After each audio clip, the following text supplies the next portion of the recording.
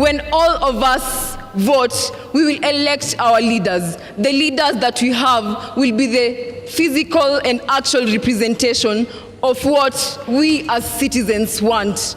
It is a choice for us citizens to explore the various ideas and political ideologies that our leaders who contest for elections have.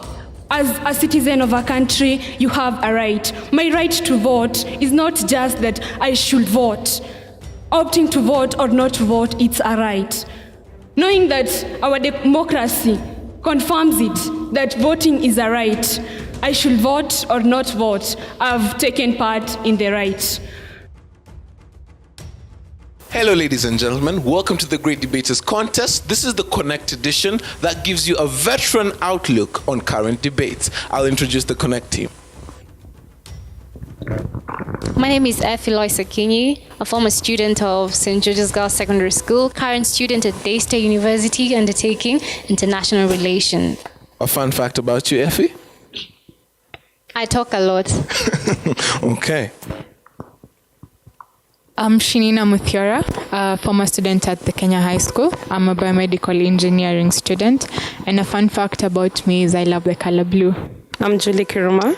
I study actual science in JKUAT Karen. Fun fact, I love math. My name is Boru Jirma, from a former student of the Nyeri High School, current student of Jomo Kenyatta University, currently undertaking geomatic engineering. Fun fact about me, I love spatial analysis. Spatial analysis. Okay, go Claire. Last but not least, I'm Claire Mushiri, and I am obsessed with cake. Our motion today was done by Sacho High School and Turbo Girls High School, and it was voting should be made compulsory in Kenya. Shinina, what do you think about the proposer's argument that voting being compulsory will enable us to actually force citizens to exercise their civic duty? It's interesting that you use the word force. Now, if you force me to do something, I definitely will not do it out of goodwill. And therefore, I totally disagree with their argument whereby they say that if it's made compulsory, if we are forced to vote, then we're going to gain interest in what they're doing. But really, that's not the case, because if you force me to do something, I'll just do it for the sake of doing it. And in fact, that will actually arise more problems, because if I'm forced to vote, then I'll just show up on the voting day, spoil the vote, and then we'll actually have more spoiled votes than actual votes that can be counted. Okay, on that note, that knowing that there are various degrees of force, and there's some individuals that would require to actually be given that extra push, yeah? Don't you think that as a government, as a society, if we give ourselves that extra push by making it mandatory to exercise your civic duty, don't you think that we're actually moving a step forward to, let's say, social consciousness, and, we're actually understanding our citizenship better? Claire, what do you think? I think we're taking 10 steps back, because civic duty is pertinent to patriotism, right? So if you're actually getting to a point where you're being forced to exercise your civic duty, that brings to question, where is our patriotism? Where is our sense of owning our country and exercising our right to vote? So we're actually going backwards and losing ourselves in it. Is a law going to be forced to supplement what is supposed to come from within, what is supposed to drive me as a Kenyan citizen? So you believe that apart from we should avoid legal action, i.e. create a law to force citizens, but in that sense, like, more inform them and make them aspire to actually be more patriotic. But how do we do that? How do we make the citizens, how do we make the society in general aspire to be more patriotic? Chris? In this matter, I'll agree to disagree. Because what Claire said has a lot of effort. It has a lot of push on it. Because despite the fact that the government should force people to vote such that it can be able to enhance, give the country a push forward, it's still not good, because, pushes us 10 steps backwards, despite the fact we're moving one step ahead. But still, at the same time, pushing the country citizens and putting people in a situation whereby everyone must vote is also somehow a win-win situation for the government and even for us as the citizens ourselves, because at a voting day, not everyone particularly will go to the voting station or the polling station to vote because of 1, 2, 3 various many reasons. Either they're lazy, or they wouldn't want to vote, or they're just confused, you see. But at the same time, I would be of the opinion that each and every person should be forced to go and vote, because one or another, it will help, despite the fact that the percentage might be small on who will win or the number of spoiled votes, like Shinin has said. There'll be this small percentage whereby there'll be a change somewhere. You see, someone might, with that vote, he or she will have made a change. Yeah. So the fact that we're giving our citizens or our society a push to actually exercise their civic duty is ensuring that we do not leave everything to chance. We take the mantle in deciding about our leadership ourselves, right? On the contrary, the opposers were of the opinion that making it compulsory to vote, forcing your citizenry to actually exercise a civic duty, yeah? Mind you, this civic duty or this decision affects their lives, yeah? They say that doing that snatches the democratic rights. Julie. I disagree to agree, because everyone is sitting on the fence today. I agree to disagree. It's a 50-50 thing. Yeah. Why they should vote, okay, why it's supposed to be done that way is because, the first 2 years won't be concerned. But at some certain point, you'll start to complain about the government. Start saying, oh, they're not doing this, oh, they're corrupted, oh, they're what. But if you voted, maybe your one vote can be a difference. And also to know the agreeing part was, I think you can't force someone to do something. As I said, if you force me to do something, I'll just go, tick, or just decide, let me tick all of them and spoil the votes. So there's no difference. We should be taught why it is important to vote. Yeah. Very well. Effie, you have something to say on the matter? Yeah, I believe that forceful measures can never take someone anywhere. The only weapon that can help us move forward is by educating our people, other than making them, subjecting them to do things that they're not willing to do. So I believe education is key here, other than telling people you need to vote, forcing them to vote, and they'll just go do it for the sake of voting. I believe we can use education as a weapon. You educate one person, he'll go and pass the knowledge to another person, and that will make an impact to the society, other than telling them, you need to go and vote. Forcing them won't work. Claire was actually nodding against some things Chris and Julie mentioned. Go, Claire. I'm just wondering, you want to force me to go and vote for someone. As an intellectual, if I critically look at the election situation, I am not even moved in the slightest bit to vote. Why? Who am I voting for? Am I voting for the same leaders who will go and steal my money, the same leaders who will lie to me time and time again?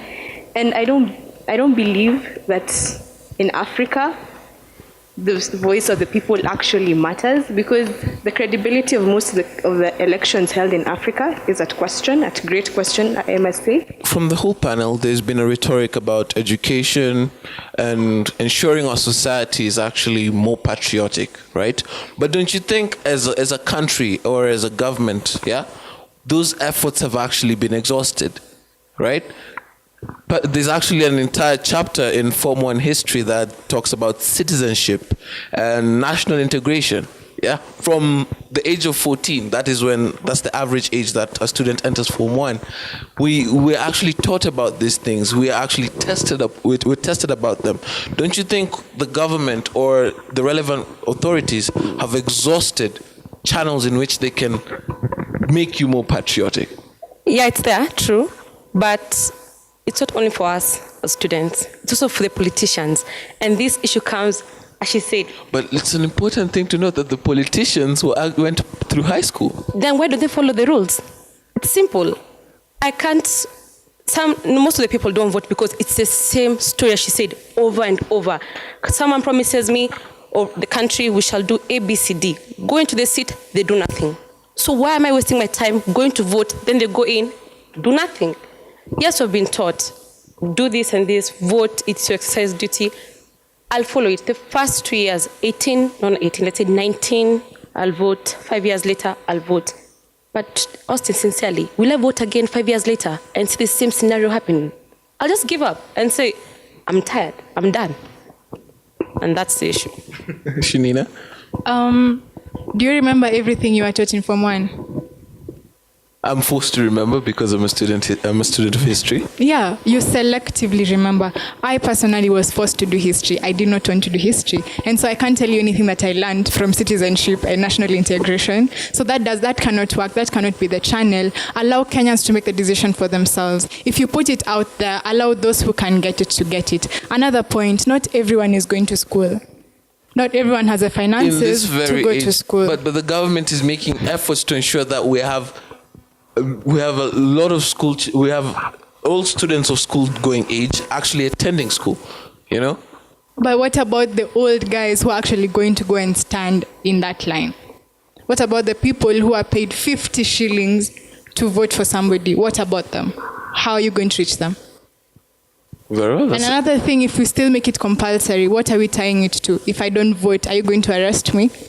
As young people, don't you think that, fine, making it a bit compulsory, let's not just say for the future, for entirety or till the end of time. Let's just say for a period of time so that we can actually undergo like more intensive voter education, more intensive sensitization on national issues, more intensive classes or awareness on international integration and patriotism. Don't you think if we actually implemented compulsory voting for a period of time, it would actually help us in the long run? Chris? Well, Austin, in physics, there's a definition of force. let me relate it. In physics, definition of force, it's either push or a pull. A push, in this sense, government is forcing the citizens to make a vote. A pull on the other side is the number of citizens who are going to vote will have to pull these ones who are being forced to vote. So, and how I'm relating these two things is that at the end of the day, the way you're saying, if maybe the system which will be implemented that the citizens should be forced to vote will be put in for a span of, let's say, like the 2 elections to come, span of 5, 10 years or 15 years, that everyone at the end of the day will be acquitted to it. It depends on how many people will be forced into this system. You see, if we are 6 of us right now, and someone comes in between us and tries to instill a sense of discipline that you should do this 1, 2, 3 things, that maybe 2 of us will see it's not necessary, but 4 amongst us will see, okay, why not? Let me vote. At the end of the day, what do I have to lose? And us remaining behind as 2 voters, for example, Julie and I, who will just have remained behind and said, us, we won't vote and let you guys do the voting, we'll say there's something we're missing out on. Can we clearly and honestly state that one vote, my ballot, counts in making a difference in this country? Everyone needs to say something on this. Let's start with Claire. No, I don't think I will vote. You don't think you vote? Never. You don't think your vote counts? No. Why so? I think someone else decides and the numbers follow. Chris? Personally, I think tyranny of numbers says it all. So whoever, if I was given this opinion 5 years ago, I'd give my vote to whoever would be leading, in the tyranny of numbers. Because in our country, it's whoever has the numbers is he who will win. With the past events, no. Because the past events, there's usually rigging. So there's no point. If for over 20 years we still have the same people in power, then my vote doesn't count. You can't tell me that people vote for the same people over and over and over again with the same effects over and over again. That's insanity. All right. Effie. We live in a society where, I'm talking about Kenya, the leaders know what will happen tomorrow. So even if I decide to go and vote, it's useless because they already know who's going to take them. Okay, to all the leaders back home and also our viewers who are watching us, join the conversation on Twitter and tell us whether you believe that your vote counts. Austin Yumbok.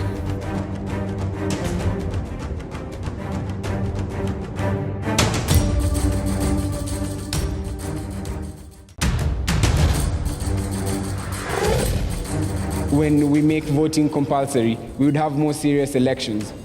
This would compel the people to be more proactive in building a government that will serve the majority.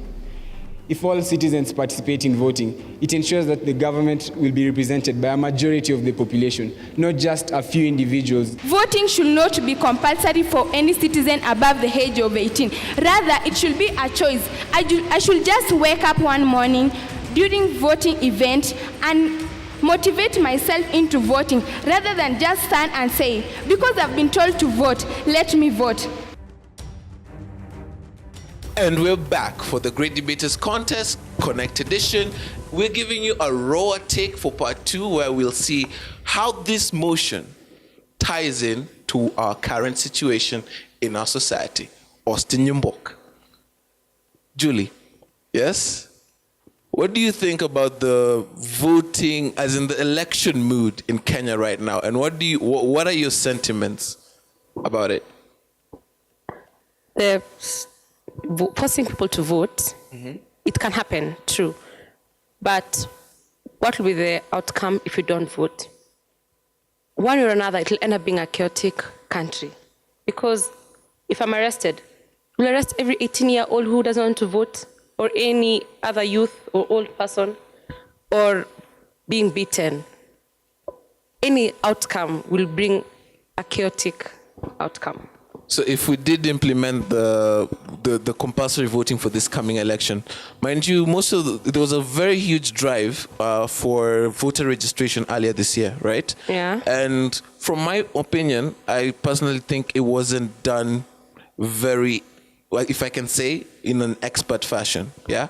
And the period in which it was given for individuals to register to vote, from my opinion, still was a bit short, yeah? If it was made compulsory, such that if you have an ID, yeah, you had to go and vote, yeah? Don't you think it would have been easier?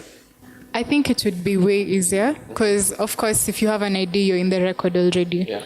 But at the same time, if that could be implemented, scraping off registration, and as an ID is already a registration by itself, but still don't force me to vote. Yeah. Let my name be there, yes. If I want to vote, I'll come and vote. Just don't push me to it. Effie? Personally, I feel like voting should be made compulsory. Okay. First of all, I've never voted, so I have so much zeal that I can't wait for it to come. I want to wake up at 5, go vote for that leader, whoever's name is going to be there, for me to be... Whoever's name is going to be there. For the leaders who are vying to be... For the people who are vying to be leaders in our country. Yeah. I have that anxiety and zeal that I want to go and vote. For me to be able to say that this leader has made an impact in my life, I want to see it. I want to be a witness of it. For now, at a point of view, I can't say anything because all I'm saying is just stereotypical viewing. Because Shinina has said they haven't made an impact in my life. I go with it, but I have not seen it. So I want to vote and get to see whether they'll make an impact in my life for me to be sure enough to come and say, they didn't do this, they did this. Very well. If I could direct a question straight to Claire, right? Compulsory voting, yeah? Do you think that it will help curb the ethnic perspective that has influenced Kenyan elections over the past, or do you think it is going to perpetuate it even more? That's the idea. After a while, seems viable, but it depends on how it goes.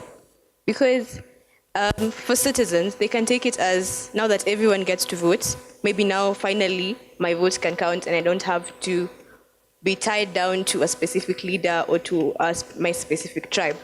But politicians will never allow that. The current breed of politicians we have will always try to put in the ethnic divide or the age divide, vote for someone who's young because He's young. you're young, so vote for you. You're of my tribe, so I'll vote for you. That's the divisive politics that politicians play. But if citizens actually take it upon themselves to do what is right by them for the first time in a while, then it might actually work.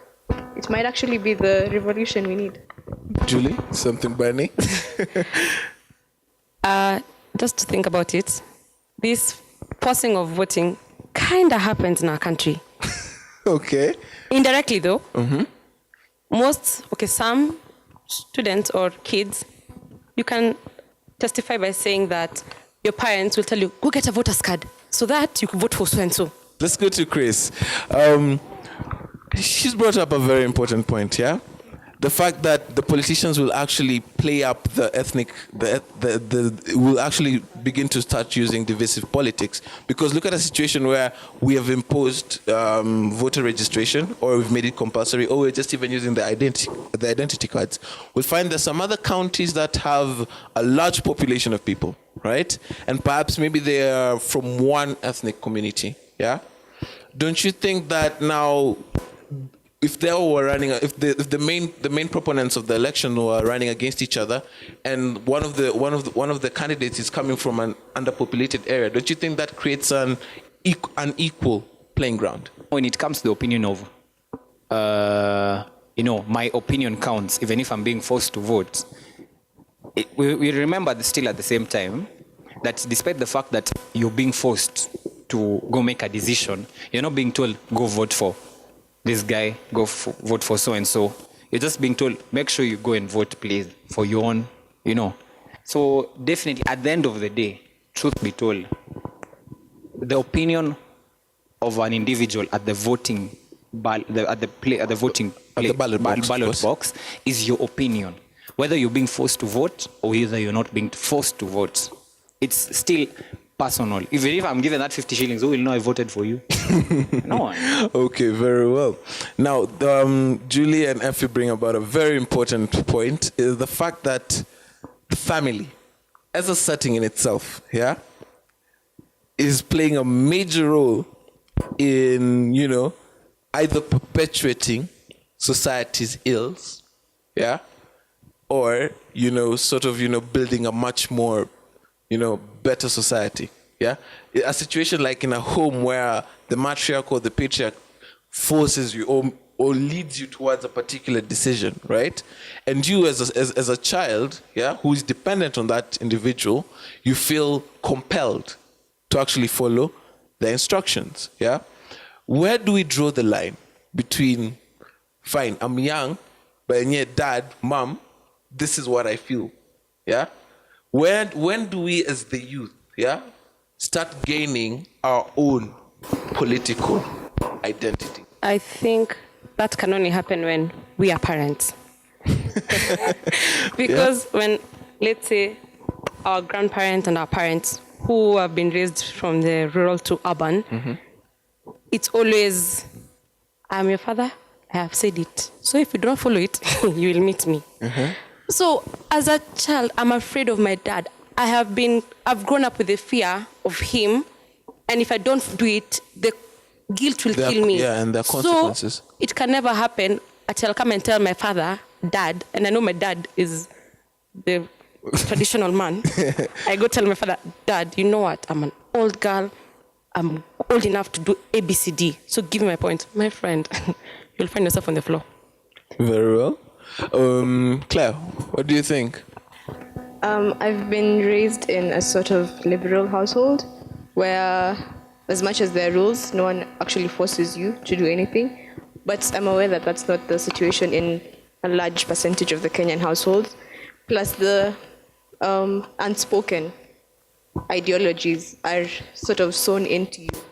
So that's a bit difficult to do, to detach yourself from what your parents do or what your parents teach you or what your parents constantly say. It's a bit hard to completely detach yourself from that, but it's not impossible at the same time. It's very, very possible to have your own independent.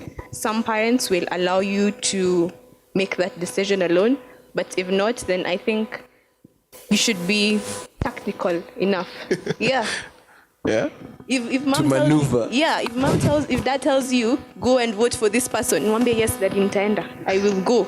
But when you get there, make your own decision. If you're truly passionate about your country and your leaders and what you see this country becoming because of what you as an individual are able to do, then it's very possible to go to whatever length it is to pass your idea. I'm not saying be a criminal, I'm just saying just fight for what you think is right and for what you believe in, because there's so many people who don't have hope in any of this voting electoral system. So maybe your hope is what they need. We've stopped believing that my voice counts. It's sad. Maybe what we need is to believe that maybe you do have a voice. Maybe, just maybe, if I try hard enough and if I don't give up, I could actually do something that counts to someone else. Wow, that's very deep. Who would like to finalize? We're up for time. Well, okay, I'd just like to say that if voting is going to be effective, if voting is going to make sense in this country, then we have to develop a culture where we raise children to be independent-minded. We have a society where people make decisions for themselves, whereby we don't have the kind of thing that we see in campaigns, whereby people who they take advantage of the lowly people by, like, for example, the example we gave of people being paid money to go vote, where we have people who make decisions for themselves. You know, I don't want to see a Kenya 5 years from now where people are still thinking he's a Kikuyu president. I want us to see this is a president who has done A, B, C, and D. If we are going to curb ethnicity, if we are going to curb all these other issues that are in the country, then we are going to teach people how to be independent-minded. We're not going to force people to do things. We're going to allow people to make decisions for themselves. Very well.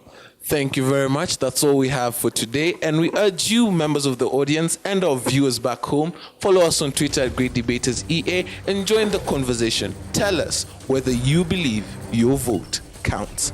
Austin Yumbok.